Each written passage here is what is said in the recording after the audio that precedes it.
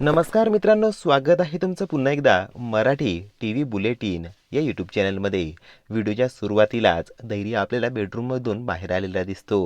सावी आईंच्याच रूममध्ये बसलेली असते, त्यामुळे तो जरा जास्तच अस्वस्थ होऊन गेलेला असतो असंच आपल्याला दाखवलं जातं. धैर्य आता स्वतःशीच बोलत असतो, का का मला सावीची एवढी काळजी वाटत आहे. माझं लग्न इरासोबत लागणार आहे ना, मग असं का वाटतंय मला की हे लग्न व्हायला नको. का वाटतंय मला सावीची एवढी काळजी, आणि असं काय होतंय मला. याआधी मला याबद्दल असं कधीच काही वाटलेलं नव्हतं, मग आज असं अचानक काय झालंय मला.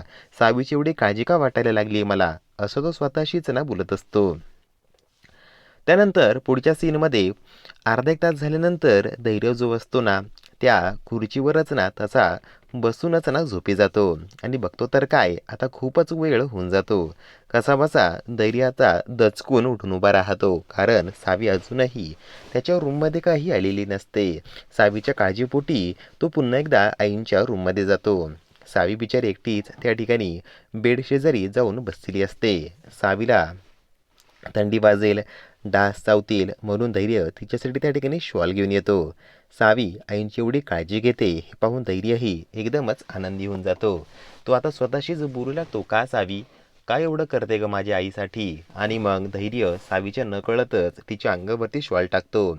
शॉल टाकताच सावीचा डोळा उघडतो आणि ती मागे वळून बघते तर काय, धैर्य तिला मागे आलेला दिसतो. धैर्य माझ्या अंगावर शॉल टाकताय हे पाहून सावी एकदमच आनंदी होऊन जाते. धैर्याकडे पाहून ती गालातल्या गालात हसू लागते.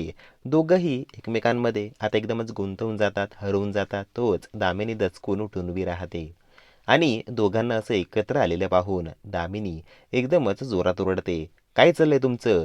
असं बोलल्यानंतर धैर्य आणि सावी आता जरा शुद्धीवरती येतात. धैर्य आईंकडे जातो आणि दामिनी आता बोलत असते, सावी, सगळं मुद्दामच करतेस ना ग तू. माझ्या मुलाला माझ्यापासून हिरवून घेण्याचा सुद्धा तुझा प्रयत्न आहे ना. अगं तुला माहिती आहे ना, माझं धैर्याचं लग्न ठरणार आहे आणि साखरपुड्याची तारीखही ठरली. पुढच्या हप्त्यामध्ये इरा आणि त्याचं लग्न होणार आहे. तरीही तू मुद्दाम माझ्या मुलाला तुझ्या प्रेमामध्ये असं ओढण्याचा प्रयत्न करतेस ना. मुद्दाम तुम्हाला माझी अशी काळजी दाखवते ना, जेणेकरून माझ्या धैर्याचं मन पलटेल आणि तो तुझ्यासोबत लग्न करायला तयार राहणार, साखरपुडा इरासोबत करणार नाही.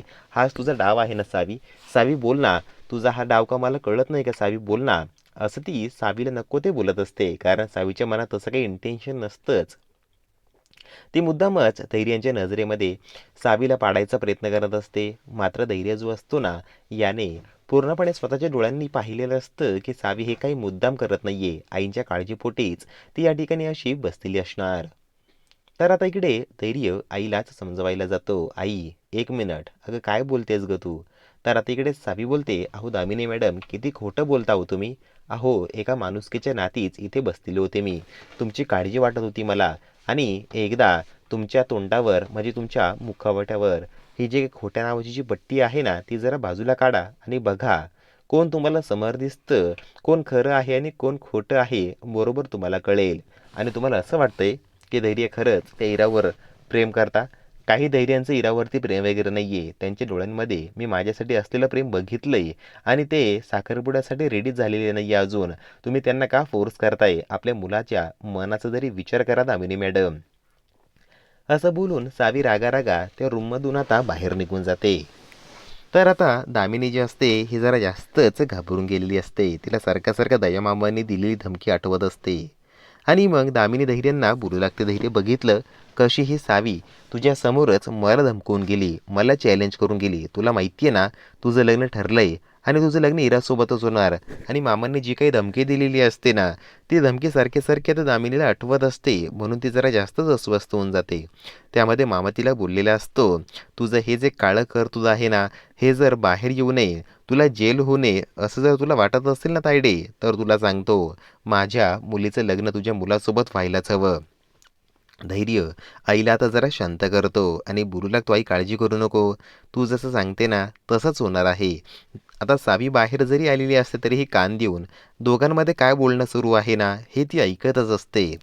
ती आता मनातल्या मनात विचार करते, का धैर्य आईंचं एवढं ऐकताय बरं.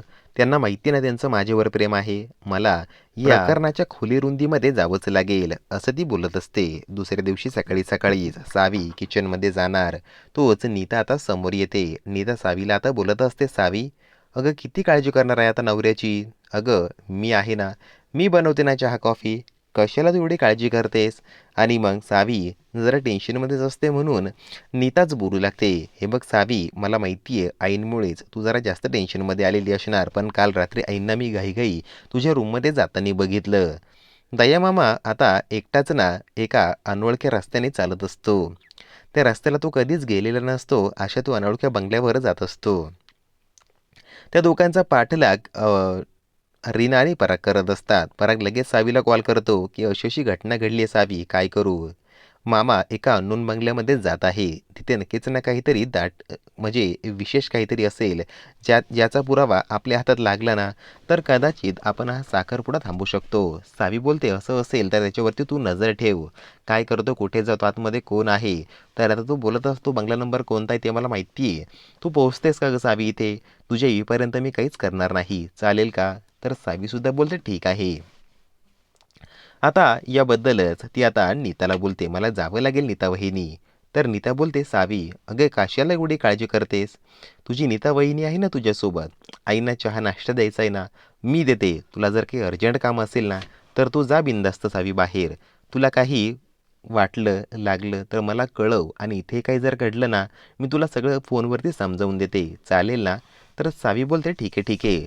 आणि पुन्हा एकदा सावी पराग आणि रीनाला कॉल करते. समोरून पराग बोलत असतो, इथे नक्कीच असं काहीतरी गुपित आहे, ज्यामुळे दयामामा त्या ठिकाणी लपतछपत इकडे तिकडे बघत त्या बंगल्यामध्ये जातोय. हा तिसरा बंगला आहे. या तिसऱ्या बंगल्यामध्ये नक्कीच असं काहीतरी रहस्य दडलेलं असणार, ज्यामध्ये आपल्याला मोठा काहीतरी पुरावा मिळणार. दयामामांनी त्या बिल्डिंगमध्ये, त्या बंगलोमध्ये सावीच्या बाबांना दामिनीने कसं संपवलंय याचेच पुरावे असतात. हे पुरावे सावीच्या हाताला लागणार का? काय वाटतं मित्रांनो तुम्हाला? कमेंट बॉक्समध्ये नक्की सांगा.